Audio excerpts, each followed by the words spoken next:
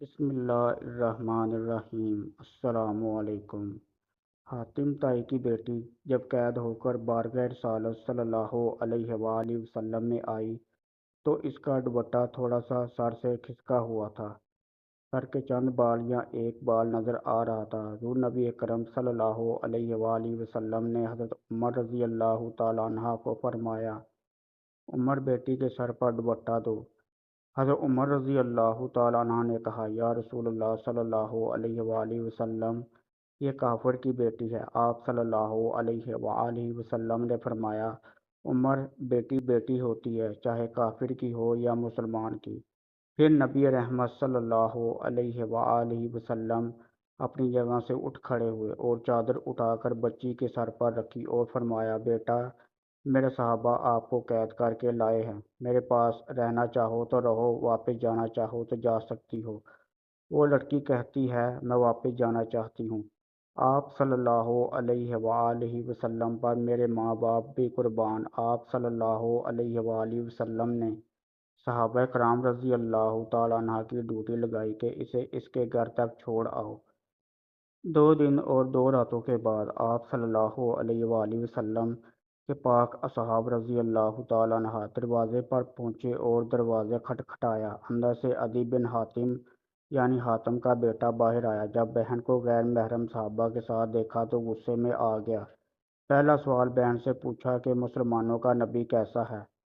بہن بھاگ کر آگے ہوئی، بھائی کے منہ پر ہاتھ رکھ کر کہتی ہے، بھائی غلط لفظ منہ سے نہ نکالنا، میرا باپ بھی میری عزت کی حفاظت نہیں کر سکتا تھا جو محمد عربی صلی اللہ علیہ وآلہ وسلم نے کی ہے۔ اس نے پوچھا، ان صحابہ کا کردار کیسا ہے؟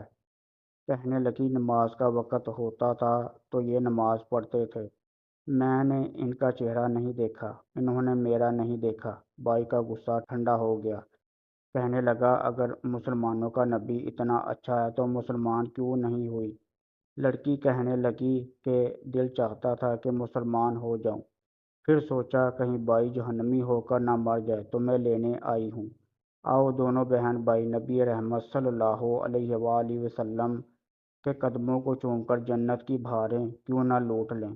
حضرت ابو بکر صدیق رضی اللہ تعالیٰ عنہ پہلے شخص ہیں جنہوں نے نبی کریم صلی اللہ علیہ وآلہ وسلم سے آپ صلی اللہ علیہ وآلہ وسلم کی نبوت پر دلیل طلب کی، اور اس کی وجہ یہ ہے کہ حضرت ابو بکر صدیق رضی اللہ تعالیٰ عنہ تجارت کے سلسلے میں یمن میں تھے، اور آپ کی عدم موجودگی میں حضور نبی کریم صلی اللہ علیہ وآلہ وسلم کو نبی بنایا گیا، اور حضرت ابو بکر رضی اللہ تعالیٰ عنہ اپنے ساتھیوں کے ساتھ راستے میں ایک مقام پر ٹھہرے جہاں یمن کا ایک راہب تھا۔ راہب نے ان سے پوچھا، کیا تم میں کوئی خطیب ہے؟ انہوں نے کہا، ہاں، اور انہوں نے حضرت ابو بکر رضی اللہ تعالیٰ عنہ کی طرف اشارہ کیا۔ اس نے آپ کو اکیلے ہی اپنے پاس بلایا اور آپ سے کہنے لگا، تو کہاں سے آیا ہے؟ آپ نے کہا، مکہ سے۔ اس نے کہا، وہاں کوئی مدعی نبوت ظاہر ہوا ہے؟ آپ نے کہا، نہیں۔ راہب نے کہا، مکہ سے میرے پاس ایک تصویر آئی ہے، میں وہ آپ کو دکھاتا ہوں، اگر آپ نے اس سے ملتے جلتے کسی شخص کو پہچانا تو مجھے بتانا۔ تو اس نے آپ کے سامنے وہ تصویر پیش کی، تو آپ نے کہا، یہ ایک شخص کی تصویر ہے جو محمد بن عبداللہ کے نام سے مشہور ہے۔ راہب نے کہا، یہی وہ نبی ہے جس کی دعوت دی گئی ہے، اور وہ خاتم الانبیاء ہے، یہ اپنے دشمنوں پر فتح پائے گا اور اس کا دین دیگر ادیان پر غالب آئے گا۔ حضرت ابو بکر رضی اللہ تعالیٰ عنہ نے کہا، ہمیں تو اس کی یہ بات معلوم نہیں، اور نہ اس نے دعویٰ کیا ہے، اور نہ وہ علم میں مشہور ہے، اور نہ اچھا لکھ سکتا ہے، اور نہ اس نے یہود و نصارہ سے میل جول کیا ہے۔ راہب نے کہا، یہ بینہ وہی نبی ہے، اور بعض کا قول ہے کہ راہب نے حضرت ابو بکر رضی اللہ تعالیٰ عنہ سے کہا کہ آپ اس کے بعد اس کے دین کے ماننے والوں پر خلیفہ ہوں گے۔ پس حضرت ابو بکر رضی اللہ تعالیٰ عنہ راہب کے ہاں سے واپس آ گئے، اور راہب نے جو کچھ آپ سے کہا آپ نے اپنے ساتھیوں میں سے کسی کو نہ بتایا۔